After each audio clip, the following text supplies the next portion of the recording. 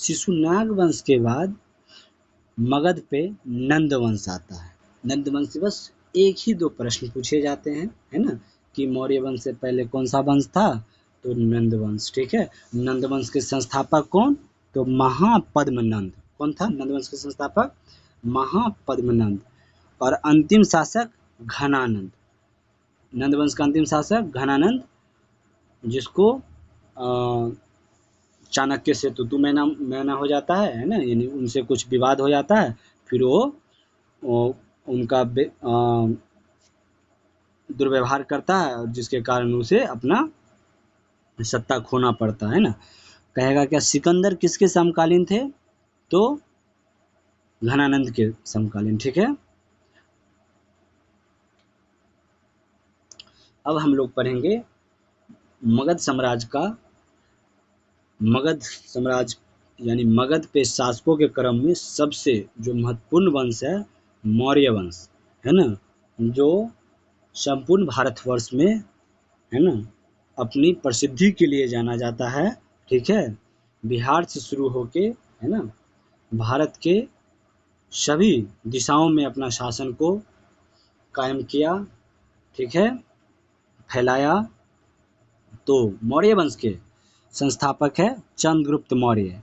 मैं समय को ज़्यादा आपको बर्बाद नहीं करना चाहता हूँ, टू दी पॉइंट बात होता है और ये बहुत ही यूज़फुल भी होता है। ठीक है, तो मौर्य वंश के संस्थापक चंद्रगुप्त मौर्य कब बैठा गद्दी पे, तो 322 ईसा पूर्व में। घनानंद को हराने में चंद्रगुप्त मौर्य को किसने मदद किया, तो चाणक्य ने। जैसे ही आ गया चाणक्य, तो चाणक्य का अन्य नाम देखिए, चाणक्य का अन्य नाम विष्णुगुप्त और कौटिल्य। विष्णुगुप्त और कौटिल्य। अर्थशास्त्र के लेखक कौन थे, तो चाणक्य। और पूछ देता है कि अर्थशास्त्र किस विषय से संबंधित है ना। तो अर्थशास्त्र सुनने से लगता है कि आपको अर्थशास्त्र यानी इकोनॉमिक्स से संबंधित है, लेकिन नहीं, ये राजनीति से संबंधित है। किससे, राजनीति से। ठीक है, यानी राज्य को कैसे चलाया जाए, इससे संबंधित है। मैकियावेली, ठीक है, मैकियावेली के प्रिंस से तुलना किसको किया गया है, अर्थशास्त्र को। किसको, अर्थशास्त्र को। चाणक्य के अर्थशास्त्र का मैकियावेली के प्रिंस से तुलना किया गया। इस काल में शिक्षा का प्रसिद्ध केंद्र क्या कौन था, तो तक्षशिला। कौन था, तक्षशिला। ठीक है, चंद्रगुप्त मौर्य अनुयायी थे, यानी चंद्रगुप्त मौर्य किस धर्म को मानते थे, बताया था आपको, जैन धर्म को। ठीक है, चंद्रगुप्त मौर्य के दरबार में कौन सा विदेशी यात्री आया था, तो मेगास्थनीज, सेल्यूकस निकेटस के राजदूत मेगास्थनीज। सेल्यूकस निकेटस किसका राजदूत था, किसका सेनापति था, तो पढ़ेंगे सिकंदर, है ना, सिकंदर का था। ठीक है, जिसे सिकंदर महान के नाम से भी जानते हैं। और मेगास्थनीज द्वारा एक लिखी पुस्तक है जो कि कई बार एग्जाम में पूछा गया, इंडिका, जिसमें पाटलिपुत्र के बारे में वर्णन मिलता है। ठीक है, आगे देखिए, अब थोड़ा सिकंदर के बारे में पढ़ लीजिए। सिकंदर अरस्तु का चेला था। सिकंदर किसका शिष्य था, अरस्तु का चेला था। भारत विजय अभियान इन्होंने कब शुरू किया था, तो 326 ईसा पूर्व में।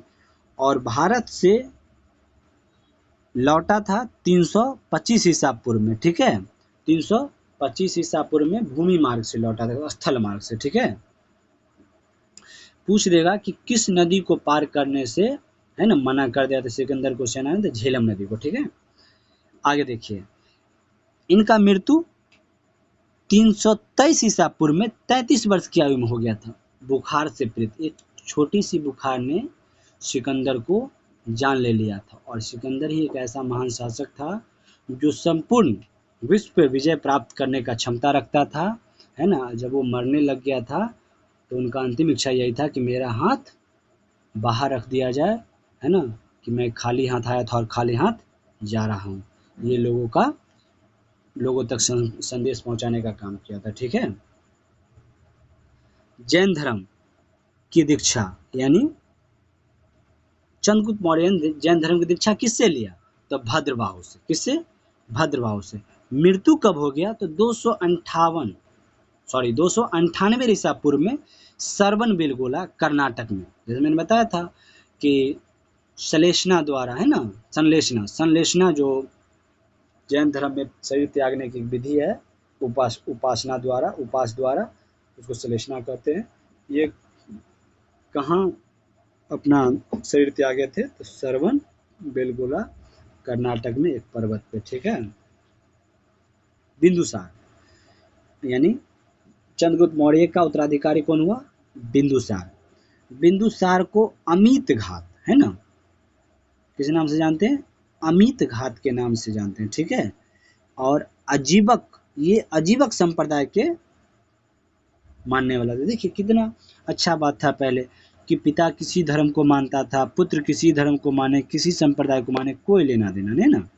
यानी पिता जैन धर्म को मान रहा है, वहीं पे पुत्र अजीबक संप्रदाय को मान रहा है, ठीक है। और इनके दरबार में आया था डायमेकस। डायमेकस नामक राजदूत बिंबिसार के दरबार में आया था। तक्षशिला में हुए विद्रोह को दबाने के लिए पहले सुसीम को भेजा, ठीक है। यानी पूछेगा बिंबिसार ने तक्षशिला में हुए विद्रोह को दबाने के लिए किसे भेजा? तो पहले सुसीम को और बाद में अशोक को भेजा, ठीक है। तक्षशिला में 2 बार विद्रोह हुआ, तो पहले सुसीम को और बाद में अशोक को भेजा गया। वायु पुराण में बिंबिसार को, ठीक है, बिंबिसार को भद्रसार कहा गया है। वायु पुराण में बिंदुसार को क्या कहा गया है? तो भद्रसार कहा गया। क्या कहा गया है? भद्रसार कहा गया है। चंद्रगुप्त मौर्य के बाद मौर्य साम्राज्य में सबसे महान शासक जो हुए, जिनके बारे में अत्यधिक प्रश्न पूछे जाते हुए, अशोक महान, है ना। तो अशोक गद्दी पे 269 ईसा पूर्व में बैठता है। माता का नाम सुभद्रांगी, ठीक है, माता का नाम सुभद्रांगी है ना। गद्दी पर बैठने के समय अशोक अवंती का राज्यपाल था। कई बार पूछा गया है कि जब गद्दी पे अशोक बैठा था उस समय वो अवंती का राज्यपाल था। मस्की, गुर्जरा, नैतूर एवं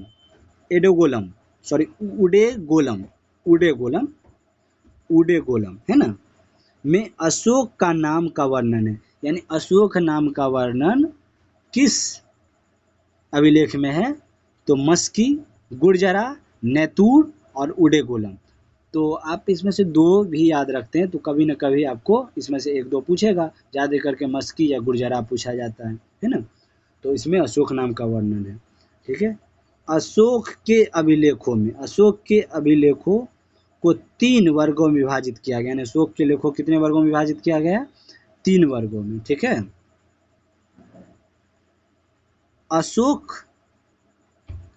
अशोक ने राजाभिषेक यानी जब वो राजा बने, है ना, उसके 10वें वर्ष बौद्ध गया का यात्रा किया और 20वें वर्ष में लुम्बिनी की यात्रा की। कहाँ की यात्रा की?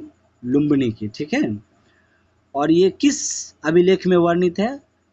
तो महाशिलालेख 8वां, है ना, 8वां महाशिलालेख में इस बात का वर्णन है। पूछ देता है अशोक का बौद्ध गया का जो भ्रमण था वो किस शिलालेख में वर्णन है? तो इसका वर्णन 8वां शिलालेख में है। अशोक ने अजीबकों के रहने के लिए बराबर की पहाड़ी में 4 गुफाओं का निर्माण करवाया था, ठीक है। कितने गुफाओं का? 4। गुफा का नाम था कर्ज, चौपार, सुदामा तथा विश्व झोपड़ी, है ना। ये 4 गुफाएं था। घनानंद विवाद हो जाता है, फिर वो यानी उनका 3 भागों में विभाजित है। अशोक का दुर्व्यवहार करता है जिसके कारण उसे स्तंभलेख, गुहालेख सत्ता खोना पड़ता है ना। क्या सिकंदर किसके समकालीन थे? तो अशोक ने स्वयं को मगध समकालीन, ठीक है, का राजा किसमें कहा है?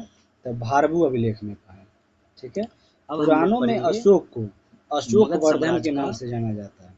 यानी पुराणों में अशोक को किस नाम से जाना जाता था? मगध पे शासकों के क्रम में सबसे जो महत्वपूर्ण वंश है अशोक ने मौर्य वंश। राजाभिषेक के 8 वर्ष बाद भारतवर्ष लगभग 261 ईसा पूर्व में कलिंग अपनी प्रसिद्धि के लिए जाना जाता है।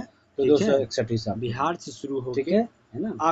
भारत के आक्रमण सभी दिशाओं में अपना शासन को आक्रमण के समय कायम किया। कलिंग है की राजधानी कहाँ थी? तो तोसली। तो मौर्य वंश के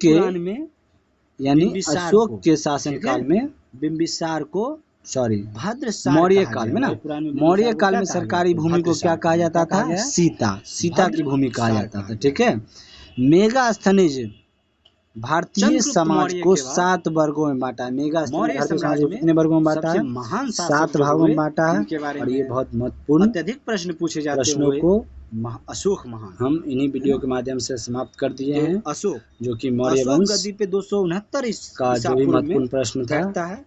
माता का नाम इसी वीडियो में हम लोग समाप्त किए सुभद्रांगी, हैं। ठीक है, धन्यवाद। माता का नाम आपको पसंद आए वीडियो तो सुभद्रांगी, लाइक, है ना? सब्सक्राइब और शेयर कीजिए। हमारे लिए कोई सुझाव हो गद्दी तो पर कृपया बैठने के करके समय उस अशोक सुझाव को कमेंट बॉक्स में अवंती लिखिए। का राज्यपाल था। कई बार थैंक यू। पूछा गया है कि जब गद्दी